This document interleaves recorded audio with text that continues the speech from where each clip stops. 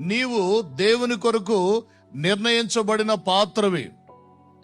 దేవుడు తన కొరకు నిన్ను రాజులైన యాజక సమూహంగా ఏర్పరచుకున్నాడు. తన సొత్తైన ప్రజలుగా చేసుకున్నాడు. పరిశుద్ధమైన జనముగా దేవుడు చేసుకున్నాడు. దేవునికి స్తోత్రం. ఏర్పరచబడిన వంశం. ఈ మాట అందరి నోటితో చెప్పండి. చేతులే చెప్పండి. నేను దేవుని చేత ఏర్పరచబడిన వంశమునై ఉన్నాను. దేవుని సొత్తైన ప్రజగా ఉన్నాను. పరిశుద్ధమైన జనముగా ఉన్నాను. దేవునికి స్తోత్రం. హల్లెలూయా. నువ్వు దేవుని పని గాక ఏదైనా చేస్తూ ఉన్నట్లయితే ఆ పనులన్నీ కేవలము తిండి బట్ట కొరకే.